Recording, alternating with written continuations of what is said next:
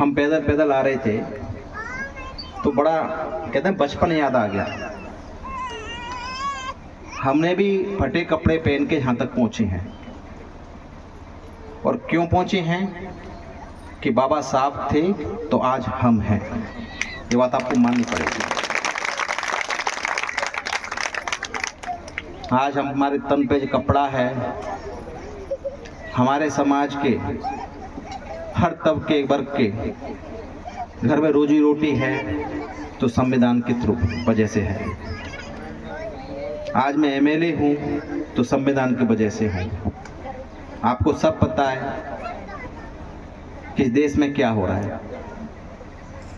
आपको ये भी पता होगा कि हम चाहे वो एससी हो, चाहे एसटी हो, चाहे ओबीसी हो, हम हर तरह से सड़क से लेकर सदन तक लड़ रहे हैं कि जिसकी जितनी भागीदारी उसकी उतनी हिस्सेदारी। आज आपको पता होना चाहिए, खासकर मैं युवा साथियों से बोलूँगा, माता बहनें बैठी हुई हैं और छोटे छोटे जो बच्चे बैठे हैं ना, जब मैं आ रहा था देख रहा था मोबाइल का बहुत शौक है। आप सबको है शौक? तो इस मोबाइल के शौक पे आप ठीक है अच्छा पढ़ें लिखें, लेकिन बाबा साहब को पढ़ा है आपने? किसी ने नहीं पढ़ा होगा, मुझे पता है। नहीं पढ़ा किसी ने, पता है मुझे। तो आप पढ़ें आप। और अब सुने मैं क्या कहना चाह रहा हूँ, आप सबके काम की बात है। हम 100 लोग हैं। कितने लोग हैं? और हमारे पास 100 रोटी हैं। कितनी है? तो हर इंसान के बट में कितनी रोटी आनी चाहिए? क्या हम लोगों को आ रही है? नहीं आ रही। हमको जो संविधान के द्वारा जो रिजर्वेशन मिला है और इस देश को जो खोखला किया रिजर्वेशन के आधार पे, तो अब मैं बिल्कुल चूकूंगा नहीं कहने से। 49.5 रोटी। कितनी? और कितने लोगों को मिल रही है? 85 लोगों को। कितने लोगों को? 85 लोगों को 49.5 रोटी। ये हमारा संविधान के द्वारा जो रिजर्वेशन मिला है ना आज के टाइम पे, वो है। यानी हम 85 भाइयों को 49.5 रोटी दे दिया, भैया इसी में से बांट खाओ। और 15 लोगों को कितनी है? कितनी है? 50.5 रोटी। उनके एक के बट में 3 आ रही है और हमारे में आधी भी नहीं आ रही। पता है ना, ये आज के टाइम का क्या है रिजर्वेशन। इसीलिए हम कहते हैं इस देश में जिसकी जितनी भागीदारी है उसको उतनी हिस्सेदारी चाहिए। चाहिए कि नहीं चाहिए? जोर से बोलो। तो उसको कैसे चाहेंगे? कैसे चाहेंगे? कैसे पढ़ाई करोगे?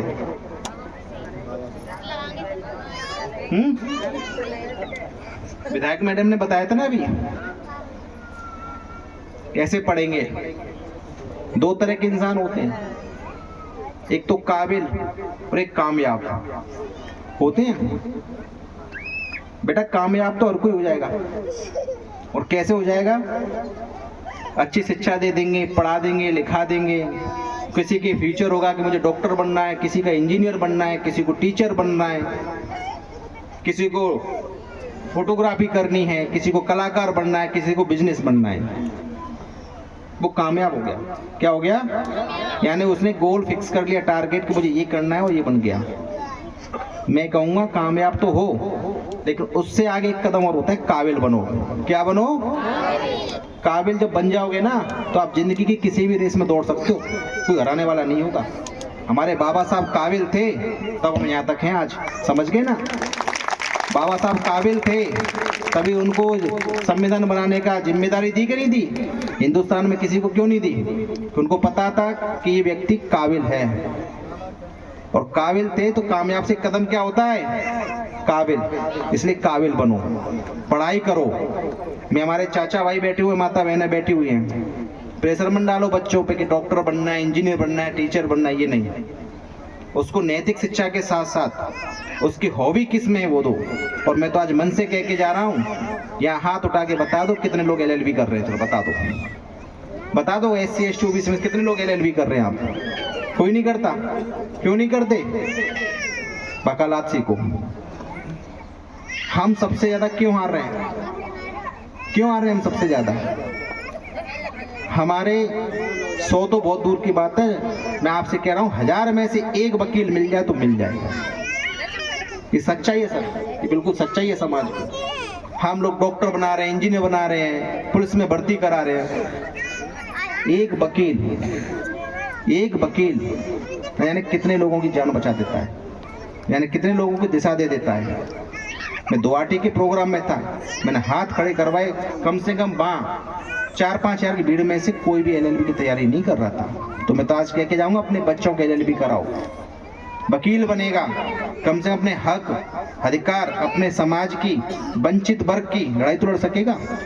सच्ची श्रद्धांजलि बाबा साहब के लिए होगी अब आपके लिए। हम मूर्ति तो लगा देते हैं, बाबा साहब ने कभी कहा कि मुझे भगवान की तरह पूजो या मूर्ति लगाओ? कहा क्या? क्यों कर रहे हैं हम लोग? बाबा साहब को ढूंढना है, उनके आदर्शों पे चलना है, शिक्षा से जुड़ो। ये सबसे बड़ी हमारी कमी है और मैं आज मन से कह के जा रहा हूँ। भाई साहब ने कहा था ना कि आप नहीं बोलोगे, तो जब बुलवाई दिया है तो मूर्ति क्यों लगा रहे हो? बताओ, लाइब्रेरी खुलवाओ, बच्चों को पढ़ाओ। हम मूर्ति लगा देंगे, देख रेख नहीं हुई, खंडित होती है, फिर कहते हैं तनाव बढ़ता है, समझ नहीं बैठ पाता। और हमारे लोग ही जाकर के जो मूर्ति लग जाएगी, पार्क बन जाएगा, दिन भर जुआ खेलेंगे, शाम को बोतल खोलेंगे। वहाँ होते हैं कि नहीं होता? मैंने देखा है, ये भी देखा है। बयाना जाता हूँ तो बयाना में बिल्कुल मुख्य चौराहे पे लगी क्या दुर्दशा कर रखी है वहाँ मूर्ति की। आपके में तो नहीं होता बहन जी, हर जगह होता है, ये मत कहो क्या आपके यहाँ। इसीलिए मैं आपसे क्या कह रहा हूँ, बाबा साहब की आपने मूर्ति लगाई, दिल में रखो। आप कहते हो उनके आदर्शों को मानो, बच्चों को पढ़ाओ लिखाओ।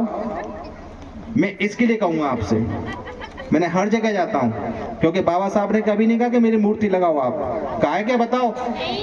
तो इसीलिए, और ये प्रोग्राम है तो बुरा मत मानना चीज का क्या, लेकिन कम से कम हमको समझना पड़ेगा, सीखना पड़ेगा।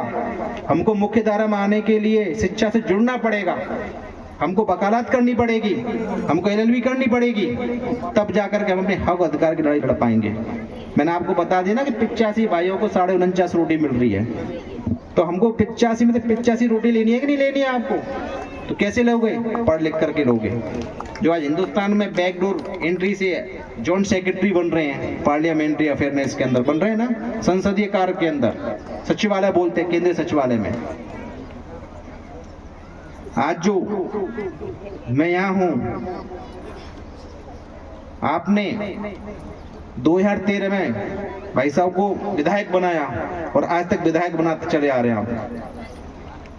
पहली बार धौलपुर से, अपने बसेड़ी में से, मैं आपके बीच में से बन के आया, तन मन धन के साथ मदद करी मेरी, तन मन धन के साथ मदद करी।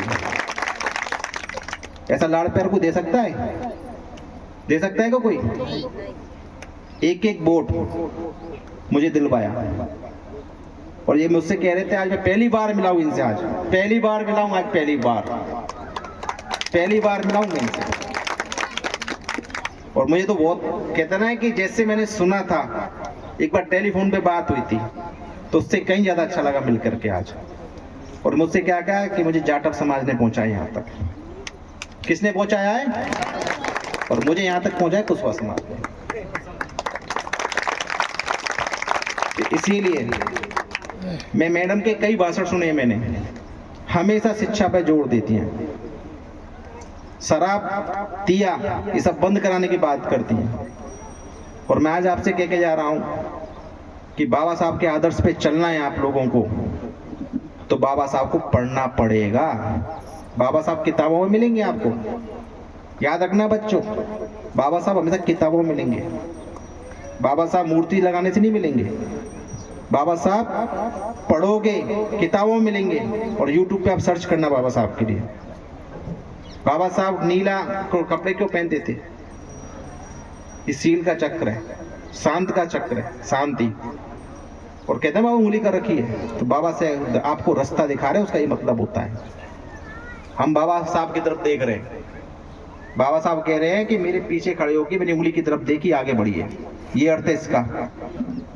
तो इसीलिए पीड़ा होती है हम लोगों को, जब आपने बुलवाया है तो कोई गलती हो तो माफ कर देना, मैं तो परिवार में बैठ के बात कर रहा हूँ, इसीलिए आपको पढ़ना पड़ेगा। आपकी ताकत में वो कहते हैं ना शिक्षा में, कलम में वो ताकत है। कलम कभी नहीं मरती, कागज कभी नहीं मरता। अपनी जो भी एनर्जी है कलम और कागज पे लगाओ, और जिस रेस में आप आगे बढ़ते गए, आपको चैलेंज दे रहा हूं, कोई आपको रोक नहीं सकता। मैं आपके मुझे अच्छा लगा, आपने बोलने का मौका दिया। कोई गलती हो तो मुझे माफ करना। छोटे छोटे बच्चे बैठे हुए हैं, माता बहनें बैठी हुई हैं, और आपने पहली बार देखा होगा मेरे को, तो पहली बार देखा है ना। और देखो सहयोग क्या चीज है। हम इसी गांव में आए थे 2017 में, और आज हम एक साथ हैं 2017 में, और आज हम साथ हैं। क्यों है?